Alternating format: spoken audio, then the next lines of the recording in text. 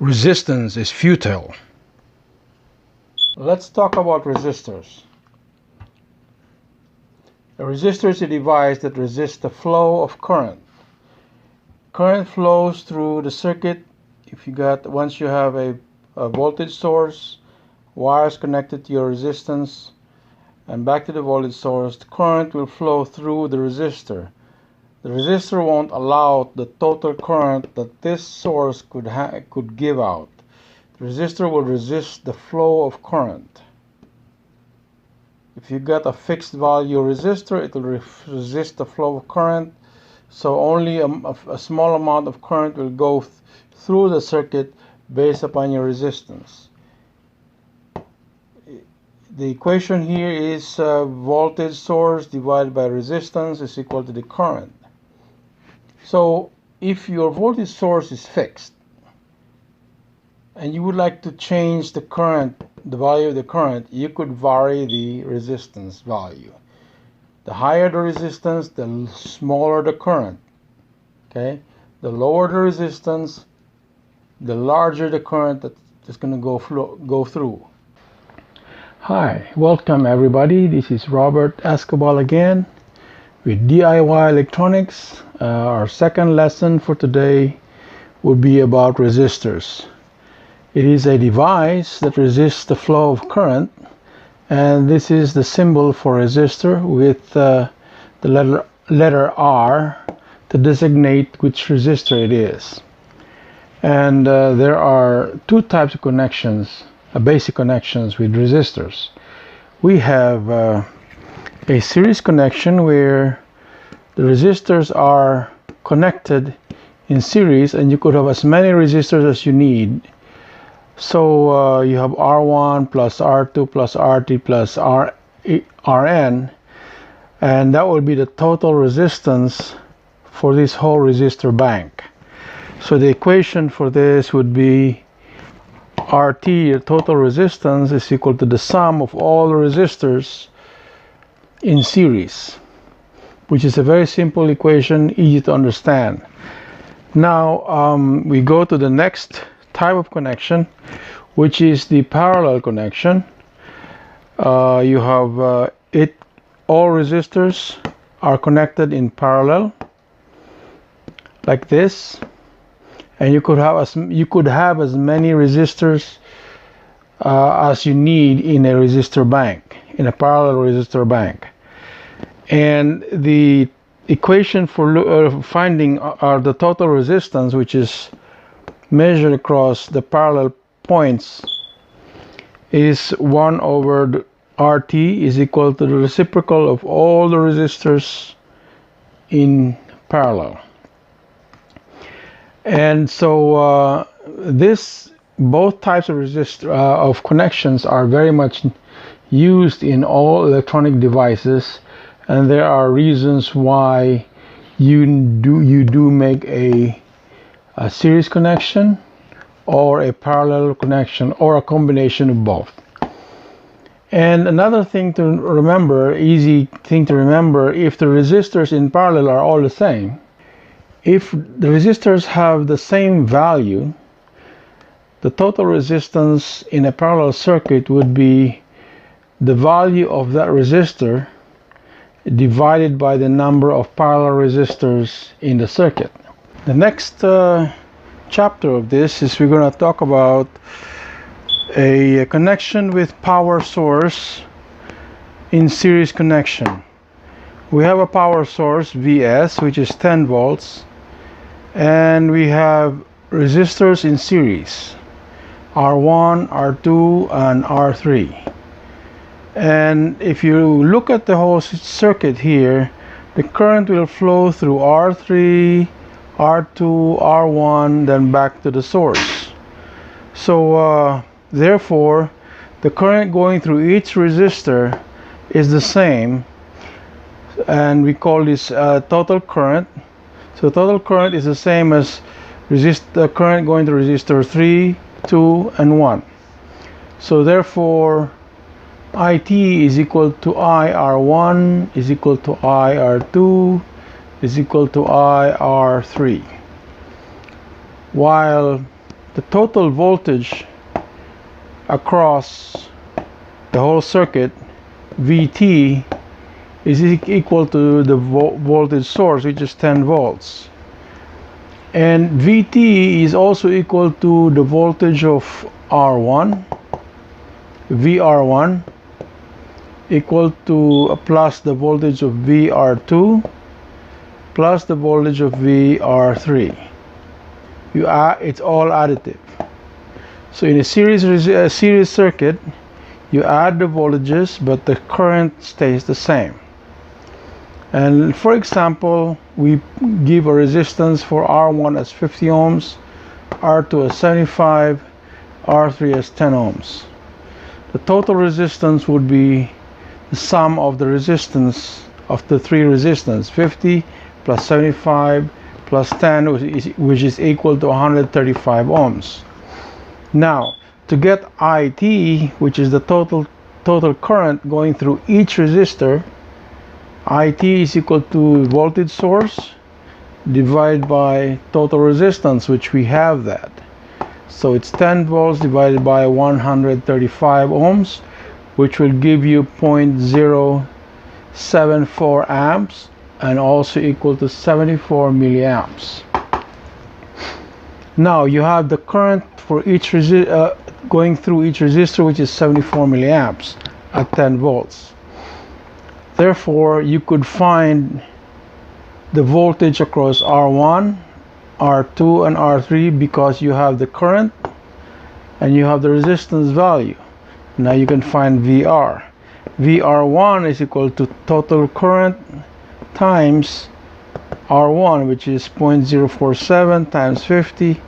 Will give you 3.7 volts.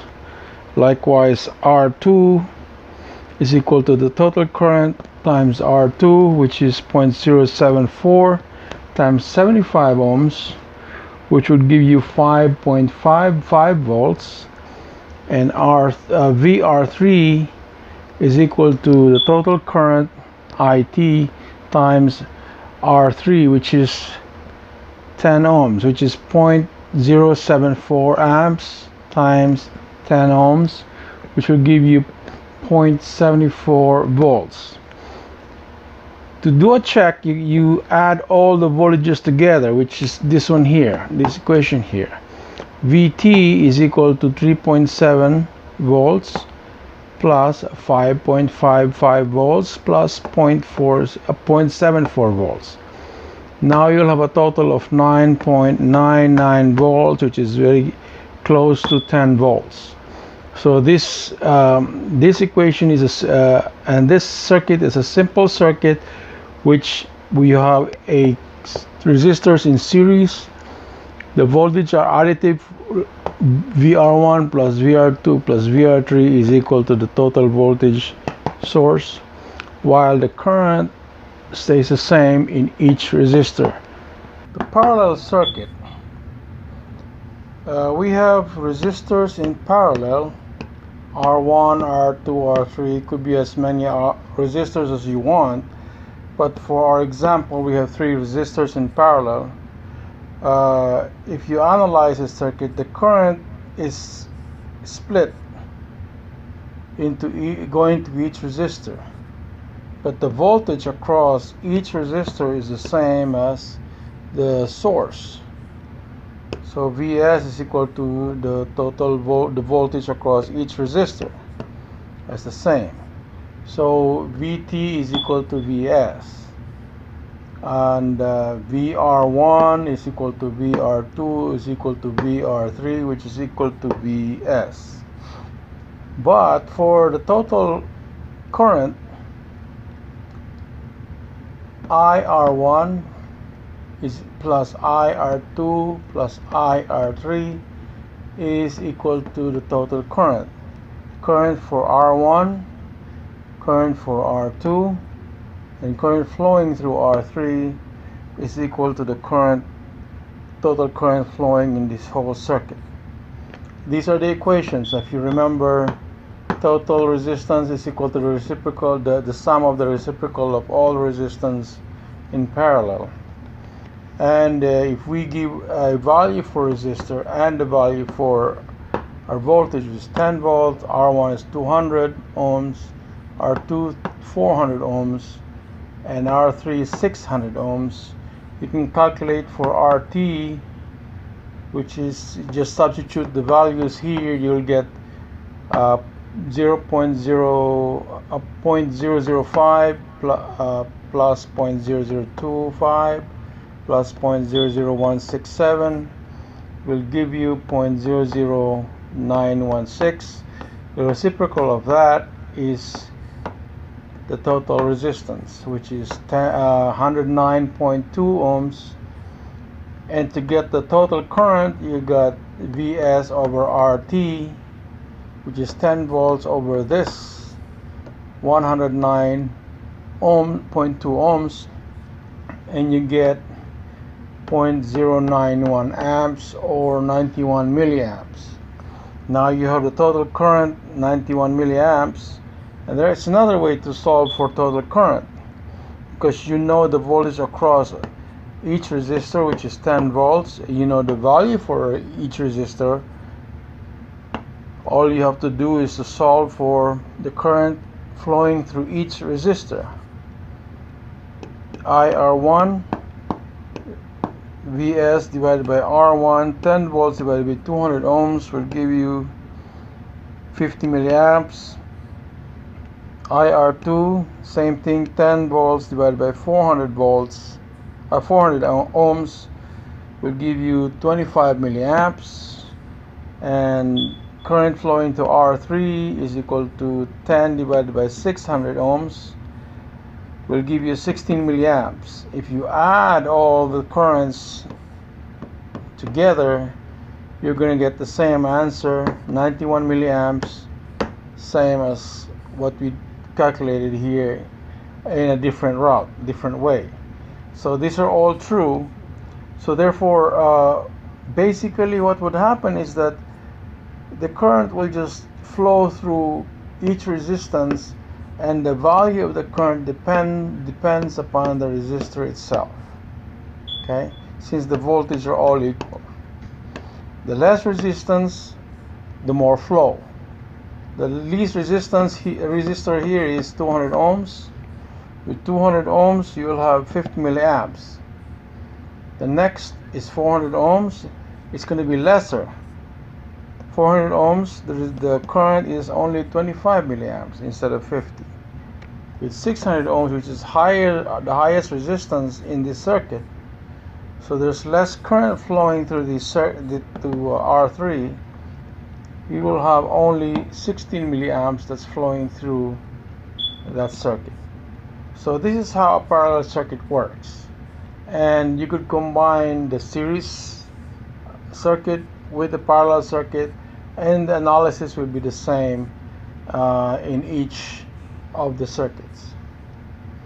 That concludes our parallel circuit for resistors. This is how a 1/4 watt resistor looks like, and it's very common. This is a 20 watt 8 ohm resistor used for testing amplifiers, and it's also a common resistor for testing. This is a quite uncommon resistor, which is a 225 watt resistor. It's quite large. You can see that it's very large. You see the size compared to my hands. And it has all resistors has always two terminals, as you can see there. There are two terminals in the side.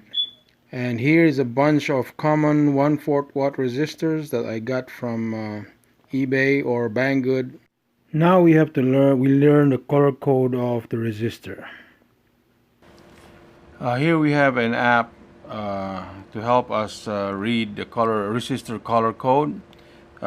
It is called Electrodroid. There are a lot of other stuff that could be done using Electrodroid. The very first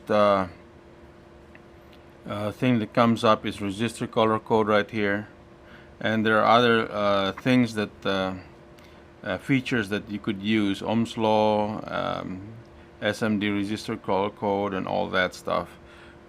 You could play with this later, but we'll work on look at the resistor color code and you click on that, you'll see the resistor right here. And normally when in most all resistors, to find the first band to read, the band is always closest to the edge of the terminal of the resistor, whether it's in the left or right side. So but what they just show here, it's all in the middle, so it's for easy understanding. But the band is the first band is always a number here and a number there, and the third band is the number of zeros you add to that number, and the fourth band is the tolerance, which is in percent. So and the colors have also numbers attached to them: black for 0, brown for 1, 2, 3, 4, 5, 6, 7, 8, 9. So there are 9 numbers attached to each of the colors here. So you just have to go down from 0 to 9. The first one is 1, 2, 3, 4, up to 9. With this app, it's quite easy. If you would like to, if your resistor is, let us say, orange, and that red with a gold band, it'll give you 3.2 kilo ohms at plus or minus 5% tolerance on the resistor. So it's this app is kind of helpful in a way if you don't memorize the numbers of with each color. All you have to do is to flip up your app and take a look at the band, and then you could just put the colors in. Let's say you get blue, yellow, and green at 6.4 meg ohms. So that's how you an easy way to look at read a color code of a resistor. Thank you. Now we'll show you how to measure resistance. First we're going to measure the large resistor here. It's a power resistor. You put your meter and ohms, and there are 2 terminals. See, it's in ohms now, and with the 2 terminals of the resistor, you put the leads on the terminals, and you should be able to read 3.8, 3.7. With the resistor is about 3.3. This is the 8 ohm resistor, and you should get around 9 here because it's a plus or minus 10% resistor. So it's still good. And you see, you get 8.9, 8.7, and that's still a good resistor. And we're going to measure the quarter watt resistor, and I'm just putting it in both leads here, and I get 4.7 kilo ohms, and that's a 4.7 K resistor. And we're going to measure another one which is 145 K ohm resistor. It's still a quarter watt. This is a very common resistor that we use in electronics, and in what we're going to use in building the tube amplifier. Let's see, and now we are going to show you a surface mount resistors. This is the DC to DC converter, the 390 volt converter from 12 volts to 390 volts, and at the back of the printed board, you will see, I will show you using the microscope how big the resistor is. Right there, it's a 5.1 K resistor, and that's quite a very small resistor. And there are other resistors there. The ones that are marked in numbers, those are resistors. The ones without marks are capacitors, and that's an IC chip there. So you can see the surface mount technology. That's how resistors are in your phones right now. They are soldered that way. That's why you could make things really small. You got a transistor right there, you got diodes, and Mostly, a lot of them are resistors and capacitors. See how big, the size of that, and also I'm going to show you this. Compare that to the size of a quarter watt resistor right here. There's a quarter watt resistor compared to a surface mount resistor. That's so small. Quarter watt resistor. That concludes our study of resistance. Thank you. Like, comment, and subscribe. Our next lesson would be